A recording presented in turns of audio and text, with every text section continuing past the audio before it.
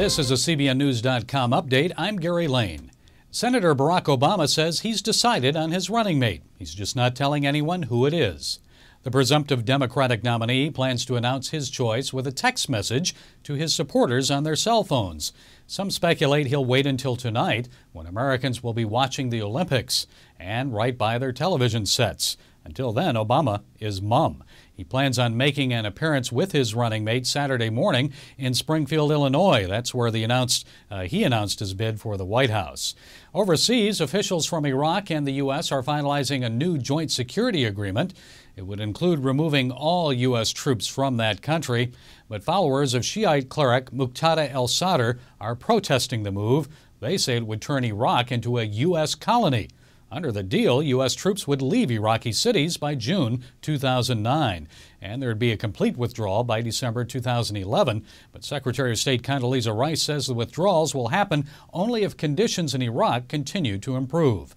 Well, China's been asked to provide more documents on the ages of its Olympic gymnasts. Questions are lingering about 5 gold medal winners. Many suspect the girls are not 16, but actually much younger.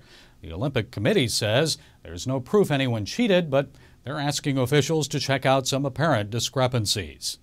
Meanwhile, the Bush administration wants more protection for doctors who refuse to perform abortions. The Health and Human Services Department says doctors should not face retaliation because of their moral objections to abortion. A former OB/GYN who is pro-life applauds the new rule, saying, quote, "Healthcare providers shouldn't have to check their conscience at the hospital door."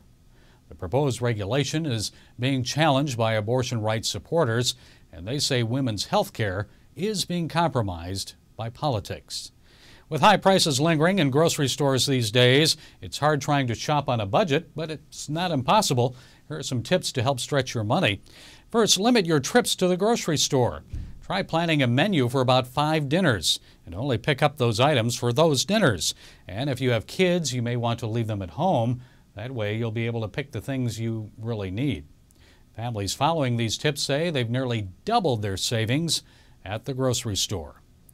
And finally, it looks like a scene from the next Pirates of the Caribbean film, but it's actually the Festival of Sails in San Diego. Tall ships from around the world sailed in for that event. Ships like the Stars of India and California are on display. And Pirates of the Caribbean fans will enjoy the replica of the HMS Bounty. That ship was used for the film in 2006. Well, coming up later on today's CBN News Watch, the latest on Tropical Storm Faye as it swamps Florida for the 5th straight day in a row. Plus, it's tourist season in Beijing. See why China's Olympic investment is paying off big. Check your local listings or watch the newscast streamed here online at 4 p.m. Eastern. And for more news around the world 24/7, stay with CBNNews.com.